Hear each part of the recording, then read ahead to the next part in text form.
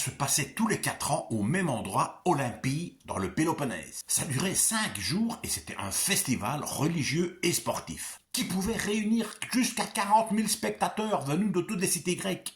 Mais ces jeux avaient lieu tous les 4 ans, guerre ou pas. Il y en avait souvent entre cités grecques. C'était la trêve olympique. On arrêtait la guerre. Et à la fin des jeux, on recommençait et on se retapait dessus. Les épreuves. La boxe où l'on ne se tapait que sur la tête. Sans aucune catégorie de poids, ni limite de temps. Un seul round jusqu'au KO ou à l'abandon. Si ça durait trop longtemps, les boxeurs se frappaient à tour de rôle, sans esquiver les coups. La lutte où il fallait projeter l'adversaire au sol 3 fois pour gagner l'épreuve. Le pancrace ou le MMA de l'époque. Tous les coups sont permis, sauf mordre et enfoncer les doigts dans les orifices naturels. La course à pied et le pentathlon, avec lancer du disque, saut en longueur, course à pied, lutte et javelot. Et toutes les épreuves avaient lieu le même jour. Et enfin, les courses à cheval.